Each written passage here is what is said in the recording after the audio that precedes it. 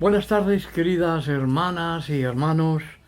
Pues gracias al Señor volvemos a estar juntos y esta mañana eh, en la congregación de la Iglesia Bautista Pueblo Nuevo, pues tuve la oportunidad de poder ver de nuevo a los hermanos, hermanas, poder saludarnos, aunque de estas maneras un poco grotescas que tenemos en estos días, ¿verdad? De darnos con el codo y estas cosas. Pero he podido compartir la palabra del Señor con todos ellos y eh, el sermón está grabado, eh, está en la página de la iglesia, pero he pensado que aunque sea de otra manera, y sea aquí en casa, que no es lo mismo, uno creo que predica de otra manera cuando está ante una congregación y desde un púlpito.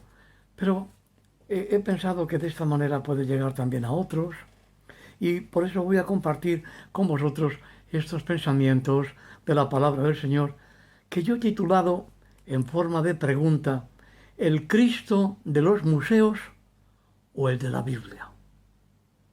En la primera carta a los Corintios, en el capítulo 1 y los versículos 22 al 25, el apóstol Pablo dice: porque los judíos piden señales y los griegos buscan sabiduría, pero nosotros predicamos a Cristo crucificado. Para los judíos ciertamente tropezadero y para los gentiles locura. Mas para los llamados, así judíos como griegos, Cristo poder de Dios y sabiduría de Dios. Porque lo insensato de Dios es más sabio que los hombres y lo débil de Dios es más fuerte que los hombres. Yo recuerdo cuando se estrenó la película titulada The Passion of Christ, La Pasión de Cristo, en el año 2004, dirigida por Mel Gibson y difundida en España como La Pasión, con la particularidad de haber sido rodada no en lengua inglesa, sino en arameo, en hebreo y en latín. Hubo un crítico cinematográfico que dijo que era una versión tan cruel que la sangre salpicaba a los espectadores de las primeras filas. La pinacoteca y la escultura nos han venido presentando a nuestro bendito Señor Jesucristo en la cruz del Calvario como si estuviera posando para algún artista, o como si finalizada la sesión saliera andando para su casa tan campante, como si no hubiera sucedido nada.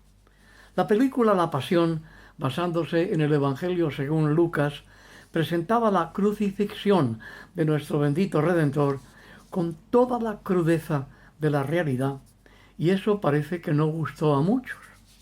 La mayoría de las personas están familiarizadas con una visión de nuestro Señor Jesucristo en la cruz sin rastros de lo que llamaríamos el trauma real, el trauma auténtico de la crucifixión.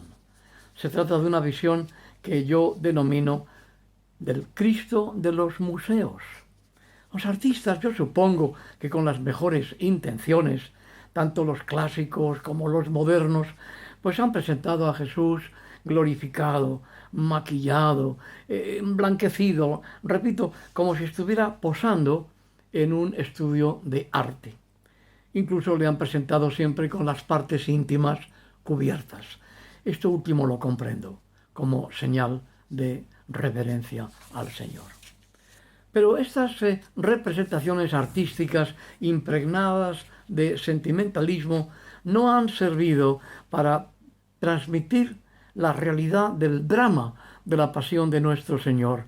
Han venido siendo y continúan siéndolo en nuestros días ilustraciones de una teología doceta que ha reducido no solamente la crucifixión del Señor, sino también la resurrección del Señor, presentando la resurrección como un final feliz, un happy ending, al final al estilo de las películas de Hollywood.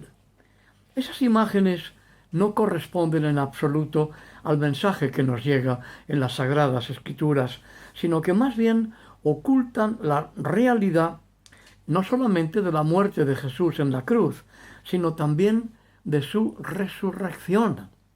Esas imágenes nunca han presentado la realidad de Jesús con el rostro cubierto por la sangre de las heridas, de las espinas, de la corona sobre su frente, mezclada sobre su rostro con los esputos, con los ojos amoratados por los puñetazos, el pecho y la espalda como una sola llaga, y las sangrantes heridas de las manos y de los pies.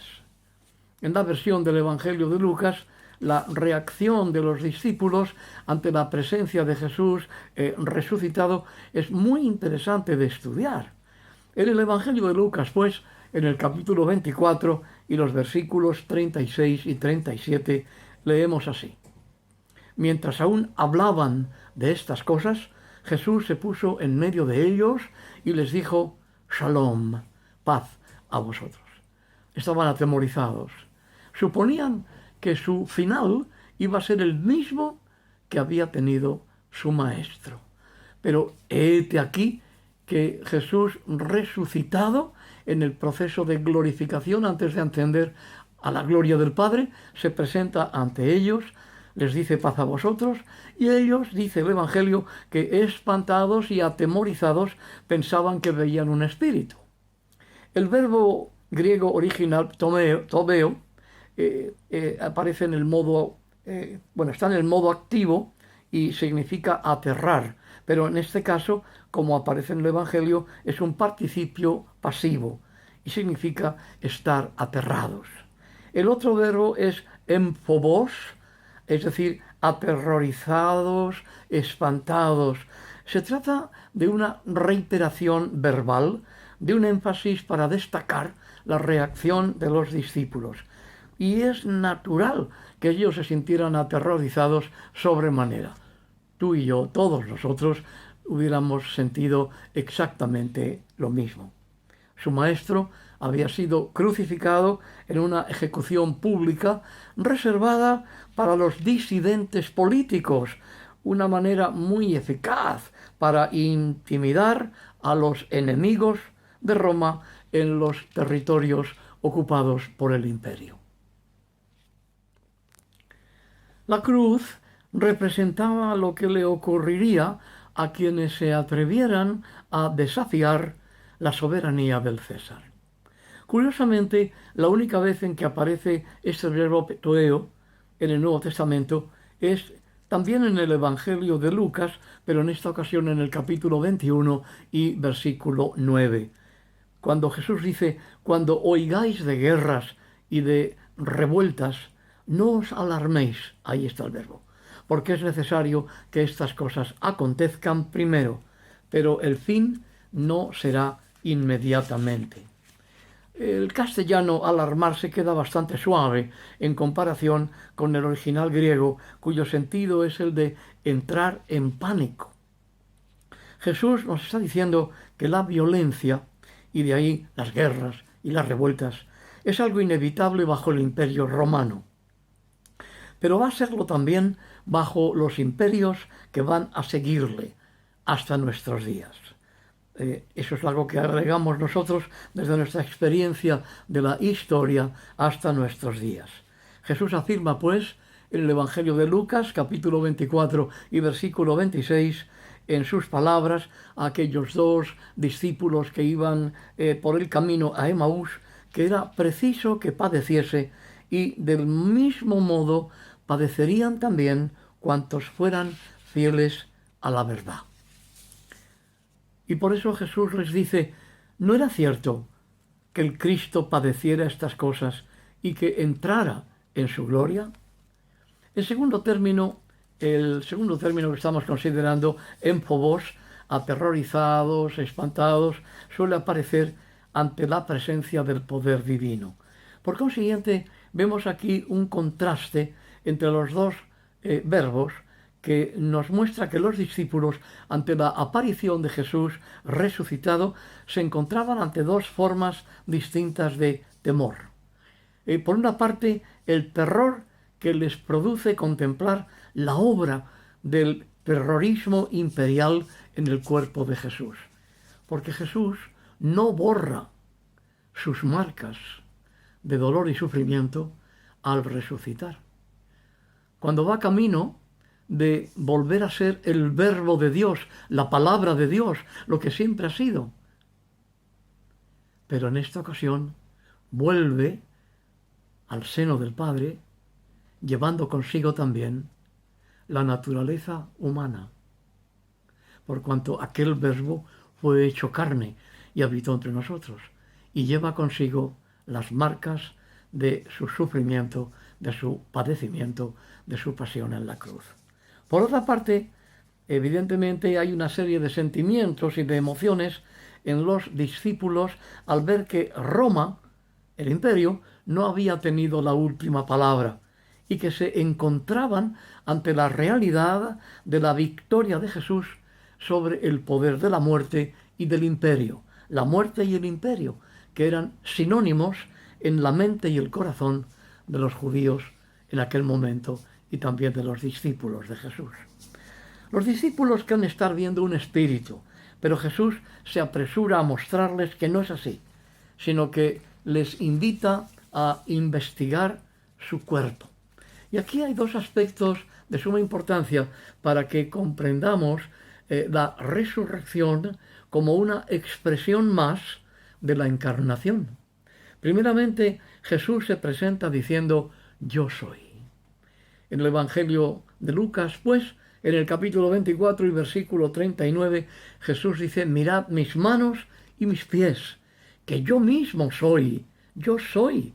Palpad y ved, porque un espíritu no tiene carne ni huesos, como veis que yo tengo. De modo que ese yo soy, el griego ego eimi, es el equivalente al tetragrama, es decir, el nombre propio revelado por el propio Dios como Eie Asher Eie, es decir, yo soy el que seré. Pero aquí el nombre está ligado al hombre Jesús en carne y hueso, no a un espíritu. La noción de Dios en la carne fue un escándalo para los judíos y también para muchos gentiles e incluso para muchos hasta el día de hoy.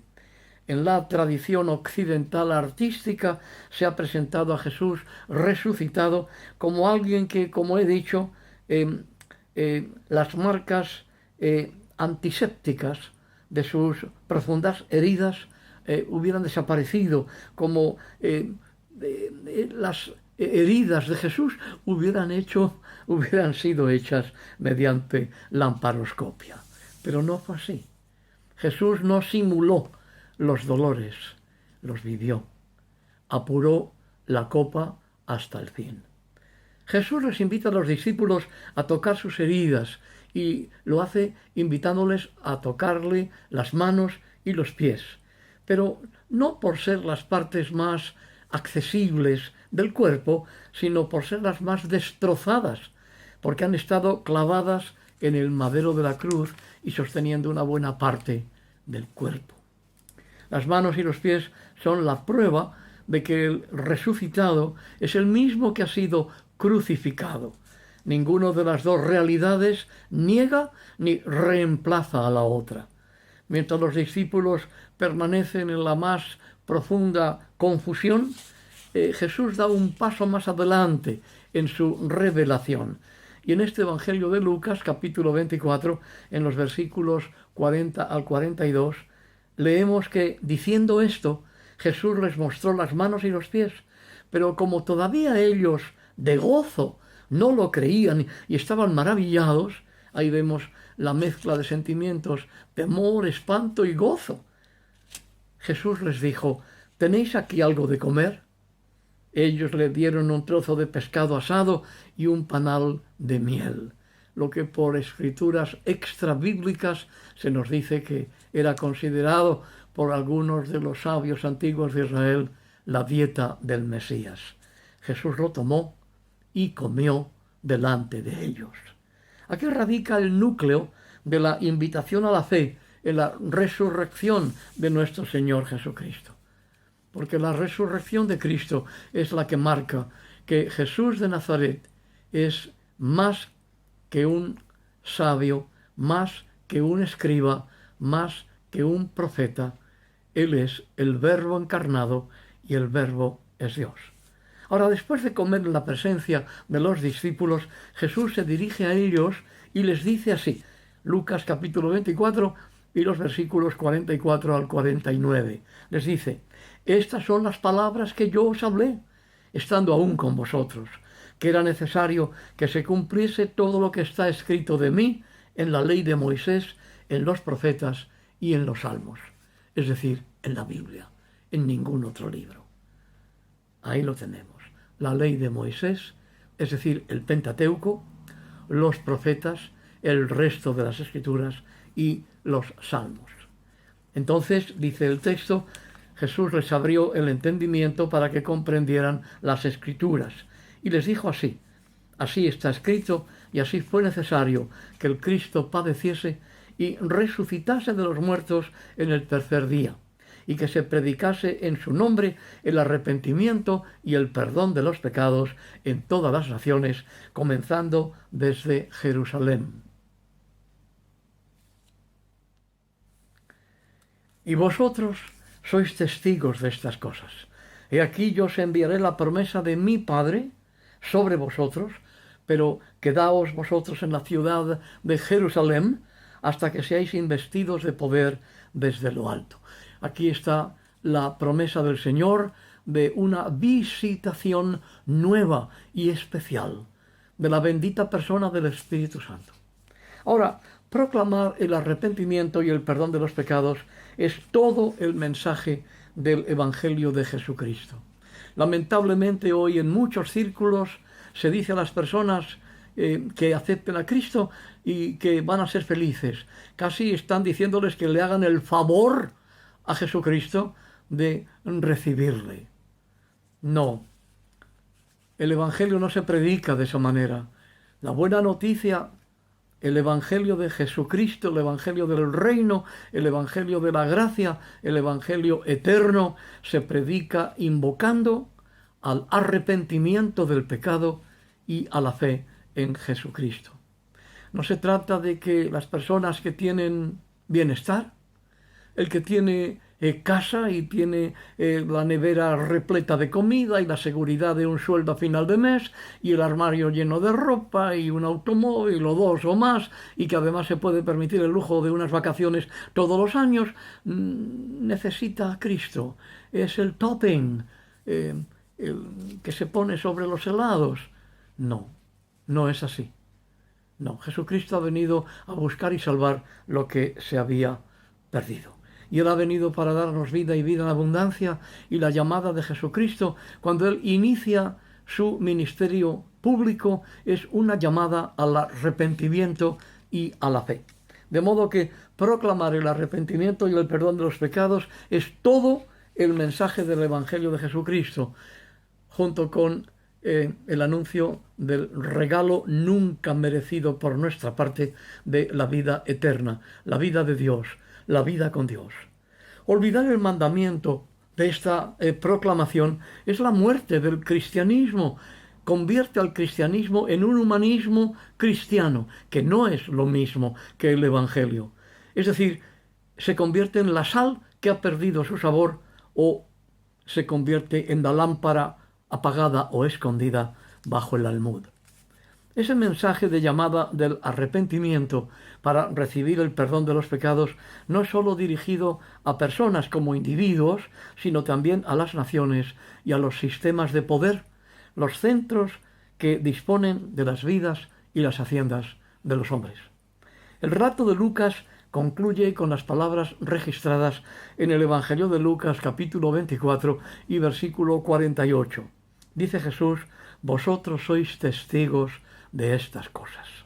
La voz original para testigos es la raíz de donde nosotros formamos el castellano mártir. Es una de las palabras castellanas que hemos tomado directamente del griego. De modo que testigo significa mártir. Un recordatorio necesario para que consideremos el coste del discipulado cristiano. Lo otro es la gracia barata, de la que tan magistralmente habló el pastor y teólogo Dietrich Bonhoeffer, asesinado vilmente por los nazis, muy poquito tiempo antes de que terminara la Segunda Guerra Mundial. La única forma en que nosotros podemos ser testigos de la resurrección de Jesucristo es asumir el coste de nuestra redención, dejando de contemplar las imágenes de Cristo resucitado en las que le han borrado todas las huellas de su sacrificio traumático y horrendamente doloroso. Y siguiendo sus palabras, pues buscar la llenura del Espíritu Santo para resistir todas las fuerzas que violan a los hombres, comenzando por los más debilitados siempre, y trabajar en favor de la justicia restauradora. Tendremos que abandonar la tendencia acomodaticia de ser políticamente correctos. Seguramente seremos muy incomprendidos y perderemos fama y reconocimiento. Yo hablo desde mi propia experiencia. Pero si por ser discípulos de Jesucristo no estamos sufriendo algún dolor, alguna persecución, alguna incomprensión, deberíamos preguntarnos si verdaderamente somos discípulos del crucificado y resucitado. Es que no se da una cosa sin la otra. O solo estamos siguiendo una tradición, un ismo, un cristianismo entre los miles de ismos que existen en la tierra. ¿Nos escandaliza el Cristo de la cruz auténtica, no el de los museos? ¿O nos sentimos llamados, atraídos por él, a su amistad y su seguimiento?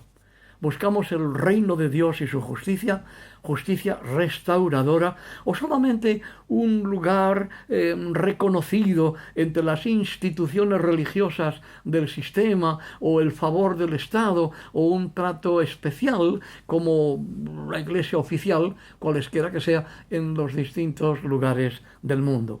¿Con qué ropaje vamos a revestir, permítaseme decir, disfrazar a Jesucristo para que no escandalice a nadie?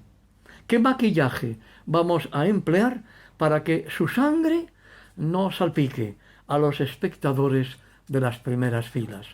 Y quiera Dios que no seamos solamente espectadores, ni siquiera de las primeras filas, sino que seamos suficientemente osados, valientes, como para lanzarnos al ruedo, asumir la realidad del Cristo crucificado y recordar que el apóstol Pablo, quien podía haber dicho predicamos al Cristo de los milagros, predicamos al Cristo de la resurrección, no.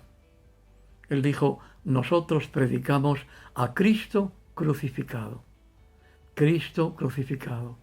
Porque no son los milagros del Señor los que convierten a los corazones. No, es la cruz de Cristo. Es ver a Jesús crucificado por ti, por mí y por todos. Es verle en la cruz del Calvario. Es verle con el rostro ensangrentado y cubierto de esputos.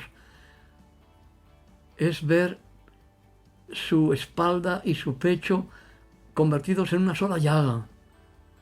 Es ver al Señor en la cruz, donde podemos ver lo que significa el pecado delante del Dios 3 veces santo, y ver también el precio pagado para nuestra redención. No es nuestro arrepentimiento el que va a producir la cruz de Cristo, sino que es la cruz de Cristo la que produce el arrepentimiento. Prediquemos a Cristo crucificado. Sí, para unos será un escándalo, otros pedirán sabiduría. Nosotros sabemos que Él es el Señor, el precio, el coste de nuestra salvación, que Él es sabiduría de Dios y que Él es la piedra, no de escándalo, sino la piedra fundacional, la piedra fundamental sobre la que se edifica la Iglesia de Cristo y se edifican nuestras vidas. Jesucristo no es el fundador de la Iglesia, Jesucristo es el fundamento. Que el Señor os bendiga y os guarde. Y feliz semana.